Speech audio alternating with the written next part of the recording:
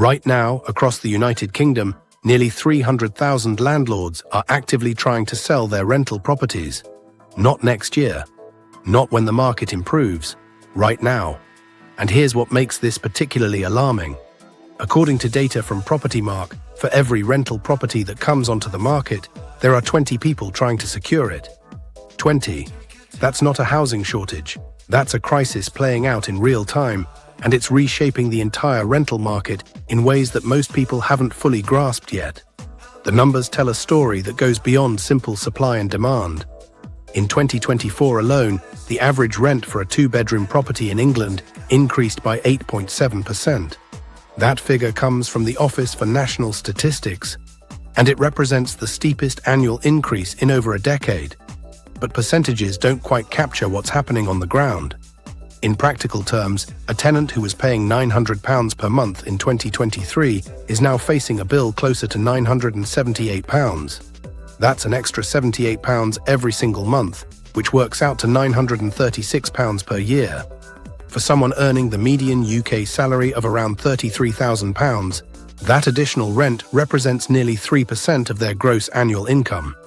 Let's talk about what's driving this situation, because understanding the mechanics matters if you're trying to navigate it. The exodus of landlords didn't happen overnight. It's the result of multiple policy changes that have accumulated over the past 8 years, each one chipping away at the financial viability of owning rental property. In 2015, the government announced changes to mortgage interest tax relief. Before this change, landlords could deduct their mortgage interest payments from their rental income before calculating tax. A landlord earning £20,000 in rent who paid £12,000 in mortgage interest would only pay tax on £8,000. That was the system for decades. The new rules, phased in between 2017 and 2020, replaced this with a 20% tax credit. Now that same landlord pays tax on the full £20,000 of rental income and receives a credit worth 20% of their mortgage interest. For higher-rate taxpayers, this dramatically increased their tax bills. According to the National Residential Landlords Association, some landlords saw their tax liability increase by over 300%. Then came Section 24, which is what property professionals call these mortgage interest relief restrictions. The impact was immediate and measurable. Research from the Residential Landlords Association showed that 43% of landlords surveyed in 2019 said they were considering selling properties as a direct result of Section 24, and many of them followed through. But the tax changes were only the beginning. In 2016, the government added a 3% stamp duty surcharge on additional properties. Someone buying a rental property worth £200,000 went from paying £1,500 in stamp duty to paying £7,500. That £6,000 increase made property investment significantly less attractive, particularly for smaller landlords who might have been considering expanding their portfolios. The regulatory environment shifted as well. The Tenant Fees Act of 2019 banned letting agents from charging fees to tenants, which sounds positive for renters until you realize those costs didn't disappear. They simply transferred to landlords, who absorbed the administrative expenses and, in many cases, passed them along through higher rents. Local councils introduced selective licensing schemes across numerous areas, requiring landlords to pay for licenses to rent out their properties. In some London boroughs, these licenses cost over £1,000 and require renewal every 5 years. Energy efficiency requirements added another layer of complexity and expense. Since April 2020, landlords cannot legally rent out properties with an energy performance certificate rating below an E. Upgrading a property from an F or G rating to meet minimum standards can cost anywhere from £5,000 to £15,000, depending on the property. The government has proposed raising this minimum to a C rating by 2028, which would require even more extensive and expensive improvements. The National Residential Landlords Association estimates that bringing all rental properties up to a C rating would cost the sector approximately £46 billion. Here's where the numbers become particularly revealing. According to Hamptons, a major estate agency, the total number of privately rented homes in England decreased by 342,000 between 2016 and 2023. That's roughly equivalent to losing the entire rental stock of a city the size of Newcastle. These weren't properties that vanished. They were sold primarily to owner-occupiers or to larger institutional investors, and they left the rental market permanently. The landlords who remain are changing their behavior in predictable ways. They're raising rents to cover increased costs, becoming more selective about tenants, and increasingly reluctant to accept renters who receive housing benefit. Data from Shelter shows that 90% of private landlords in England refuse to rent to people receiving universal credit, even though discrimination based on income source is meant to be covered by equality legislation. The reality is difficult to enforce, and landlords have numerous ways to select tenants that appear neutral on the surface. Property investors are also shifting toward higher-value properties in more affluent areas. If the tax burden and regulatory requirements are going to be the same, regardless of property value, there's a financial logic to owning a 3-bedroom house in a desirable area, rather than a 1-bedroom flat in a less expensive neighborhood. This concentrates rental availability in exactly the wrong places for people who most need affordable housing. Let's walk through what this means for someone actually trying to rent a property in 2025. Sarah, a 32-year-old marketing manager in Manchester, started looking for a new rental in January after her landlord announced he was selling.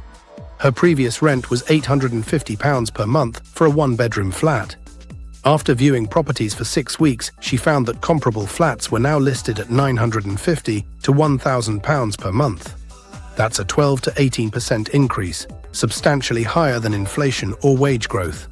When Sarah found a property she liked at £975 per month, she discovered she was competing with 19 other applicants. The letting agent asked for references from her previous landlord, her employer, proof of income showing she earned at least 2.5 times the annual rent, and bank statements covering the previous 3 months. She also needed to pay 5 weeks' rent as a deposit, plus the first month's rent in advance, totaling nearly £8,000 before moving in. She was one of the fortunate ones. She got the property, but 17 other applicants with similar qualifications didn't. The competition for rental properties has created a secondary effect that doesn't get discussed as often as it should.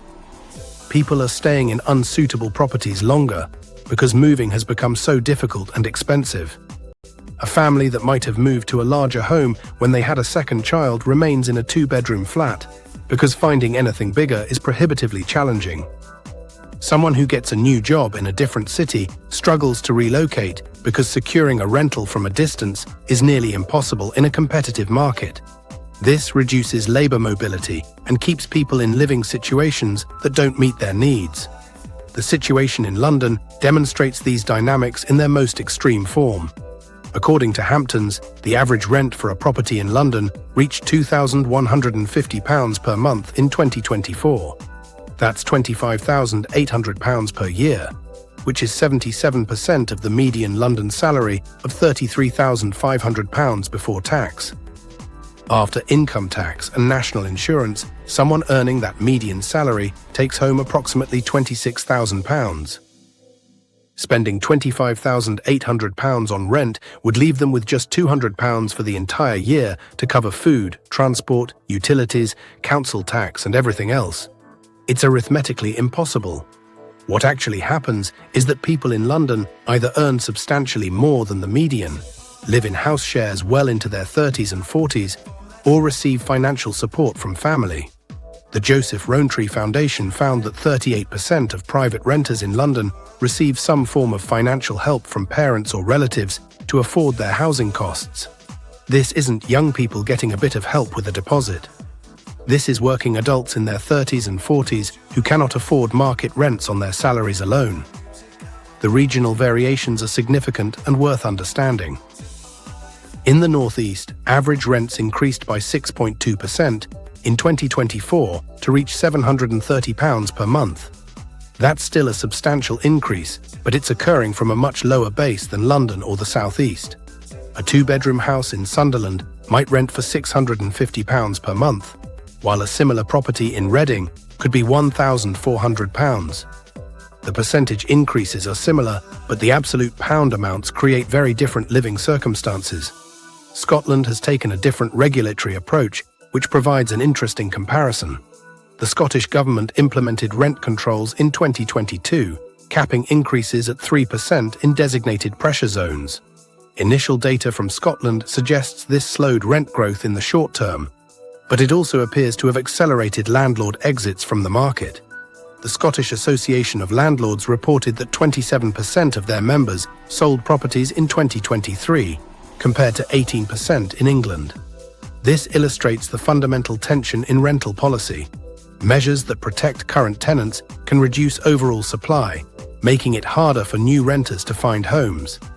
The institutional investment side of the market tells another part of this story. While individual landlords have been selling, larger corporate investors have been buying. Build-to-rent developments, where companies construct apartment buildings specifically for rental rather than sale, have grown substantially. There were approximately 70,000 build-to-rent homes in the UK in 2020, and that number reached 140,000 by 2024. These professional landlords offer some advantages, including proper maintenance and clear tenancy procedures, but they also tend to charge premium rents and focus on city centres and high-demand areas. The government's response has been somewhat scattered. The Renters' Reform Bill, which has been in various stages of development since 2021, promises to abolish Section 21 evictions, often called no-fault evictions. This would mean landlords could no longer evict tenants without providing a specific reason. Tenant advocacy groups support this change as providing more security. Landlord organizations argue it will prompt even more property sales, because landlords value the flexibility to regain possession of their properties. As of early 2025, the bill has still not been fully enacted, leaving both landlords and tenants in a state of uncertainty. There's also been discussion of allowing landlords to deduct mortgage interest from rental income again, essentially reversing Section 24. This would certainly slow the exodus of landlords, but it's politically difficult because it appears to favor property investors over first-time buyers. The Treasury is also reluctant to give up the tax revenue that Section 24 generates, which is estimated at several £billion annually. What often gets lost in these debates is that landlords and renters are not inherently opposed groups. Most landlords are not wealthy property moguls.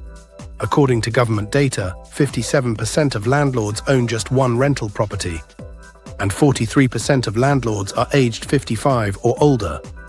Many of them bought properties years ago as pension planning, expecting rental income to supplement their retirement. The policy changes have fundamentally altered that calculation, but these aren't people who can easily absorb significant financial losses. At the same time, renters are not a monolithic group demanding unreasonable protections. They're people who want stable, decent housing at a price they can afford on their actual incomes. The fact that these two reasonable positions have become incompatible tells you something important about how the market has been structured. The consequences of the current trajectory are fairly predictable if nothing changes. Rental supply will continue to shrink as more individual landlords sell. The remaining supply will be dominated by corporate landlords and wealthy individual investors who can absorb the regulatory costs more easily. Rents will continue rising faster than wages because demand significantly exceeds supply. More people will be forced into house shares or to live with family longer than they want to. Home ownership will become even more difficult to achieve because people cannot save for deposits while paying high rents. There are some potential circuit breakers. A significant increase in social housing construction could ease pressure on the private rental market, but current construction rates are nowhere near sufficient. The government would need to build approximately 90,000 social homes per year to begin addressing the shortage, according to the National Housing Federation. Current figures are closer to 6,000 per year. Planning reform could make it easier to build more housing overall, increasing supply and hopefully moderating price growth. But planning reform is politically contentious and slow to implement. The other possibility is that housing costs become enough of a political issue that major policy changes become unavoidable. There are signs this might be happening. Housing affordability consistently ranks in the top 5 concerns in public polling, particularly among people under 50. Both major political parties have acknowledged the housing crisis, though their proposed solutions differ substantially. For individuals navigating this market right now, the options are limited but worth understanding. If you're renting and your landlord announces they're selling, know that you have some rights. You cannot be forced to leave immediately, and you're entitled to proper notice periods. If you're searching for a rental, expanding your geographic search area or considering less popular neighborhoods can sometimes reveal more options. If you're a landlord weighing whether to sell, running the actual numbers rather than making emotional decisions is crucial. Some properties remain profitable even after all the policy changes, particularly those with low mortgage costs or in high-demand areas. The broader situation requires policy solutions, not just individual adaptations. The rental market needs both adequate supply and reasonable protections for tenants. Those goals are not actually contradictory, but they do require thoughtful policy design rather than piecemeal changes that create unintended consequences. What's happening to UK landlords and renters right now is not a temporary disruption. It's a fundamental restructuring of how rental housing works in this country. Understanding that restructuring and its causes is the first step toward figuring out how to respond, whether you're directly affected now or might be in the future. What's your experience been with the rental market recently? Have you seen these changes where you live, or is your area different? Leave a comment and let me know. And if this breakdown was helpful, consider subscribing for more analysis of what's actually happening in UK property and finance.